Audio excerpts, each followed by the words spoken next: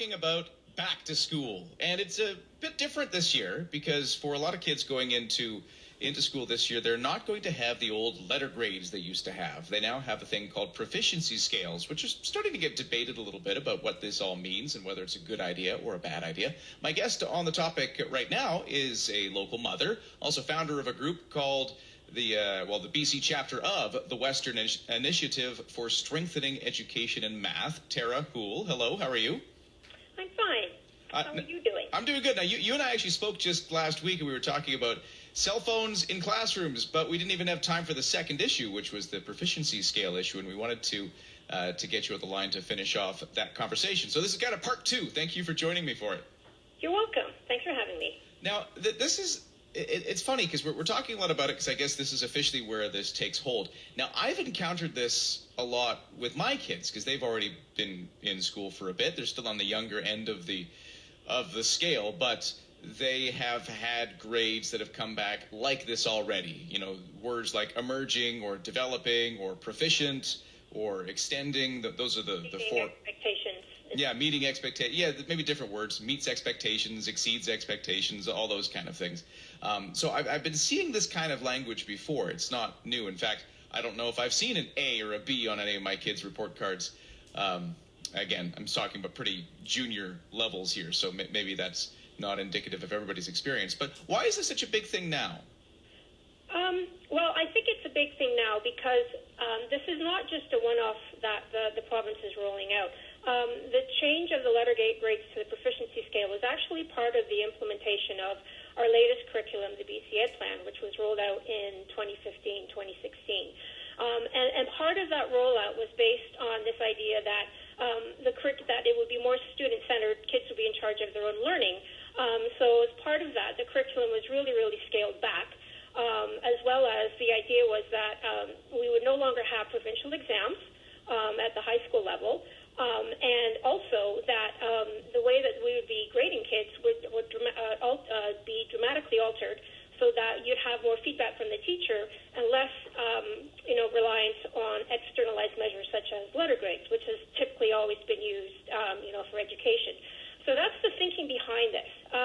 In terms of why we're doing it now, it was a pilot project which was in part in the province for a number of years, and now they've decided to implement it this fall. However, what I'd like to just say is it's just not necessary because there hasn't been any, proof, in order to change the scale. But it's something that even though the majority of teachers and students and parents responding to a survey to see if they wanted it, they all resoundingly said no. The province is being very heavy-handed, and it's a top-down approach to just jam it through and, implement it in our system. So I'm getting the sense that you're not on board with this big move, but also thank you for elaborating a little bit. It's not simply a matter of the way the grade is getting presented. It's part of a wider change. Right, yeah. We've always been a little, this has been something that's been in place, as you've indicated earlier, that your kids have always had it because of the fact that they're in the younger grades, as did my kids did. However, usually by the time they reached middle school in the older system, that's when the kids started to be exposed to grades. Not surprisingly, at that point, they started to also report on higher levels of anxiety because this was the first time that kids had ever been exposed to that. They'd never received that kind before.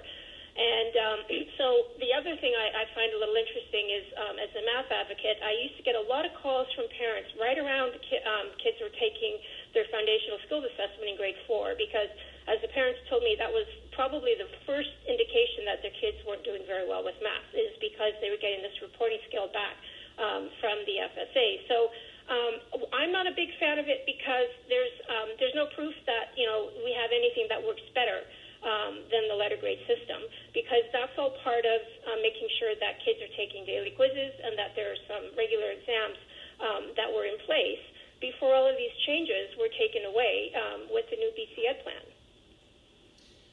Now, this is done. It's committed. We're doing it. Or is it still being evaluated? It's a good question. It seems that it's a done deal. And this is what, according to what the education minister is saying, despite all the opposition from what teachers want, what students want, what parents want, the minister is saying that we're going to give this to you anyways, regardless of what people want, and you're just going to have to adapt. And the other thing I just want to mention real fast, Ryan, is that this also is placing an incredible amount of burden on teachers because before, when they had the external measures of like just letter grades based on the exams that they could give and the quizzes that they could give, it was very straightforward in terms of their reporting. Now they're going to have to spend an additional amount of hours and hours just evaluating based on some subjective, things that they're doing in the class and their observations, which they've always done. But now they're going to have to, write about it, extensively and kind of give this evaluation according to what they suggest could be what the grade is. So it's just, it's an unfortunate move on behalf of what the minister is trying to do, but it's no surprise for those of us who've been watching for a while and have been writing about it for a while about what's going to be happening once it's implemented. And the only other thing, if you don't mind, go for it. Yeah, one step further I want to say is that, we've got proposing these major policy changes without replicated studies is just unconscionable. So what we have here is we've got a lot of changes, a lot of radical changes to our education system, and it's just without having any proof that it works. I mean, in their defense, they're saying, well, research shows and this is the best way of learning, but they're not giving any actual proof in terms of what those are. What we do have, though, is we have a lot of these standard achievement for our kids. And what we've seen over the last 20 years is a rapidly downward decline in what they're able to learn. So if that is the only thing we have left to determine if the system is, if these changes are good, that's it. It's not. In fact, it's having the worst effect on them. Back to the math, just because you tied that in. Right. Wouldn't it still be, though, that, there is definitely like a hard number, there's a hard grade that would go with if you got, 7 out of 10 math problems wrong? Wouldn't that somehow be reflected in this system? It can't all be wishy-washy. Well, you'd hope not. But I then ask, what kind of rigorous math are they even learning in our schools anymore? I mean, we have in the curriculum standards that, memorization is harmful and it's not intended for this level, and that's at the elementary level. If we still are having kids that are fortunate enough to have teachers which are helping them learn some form of math, I commend that teacher for doing that, and those kids are lucky to do that. But systems-wide, it just seems that there is a real kind of push to do away with that in what you're talking about. And in terms of what they're trying to propose, it's just really rather harmful because kids don't know where they're at. They understand the difference between a 71% and a 78% in terms of on a letter grade. Not so much between proficiency and emerging. It's a little confusing because at the end of the day, the reporting really needs to be very clear for the student and for the parent. And what they're proposing in terms of replacing this with isn't that.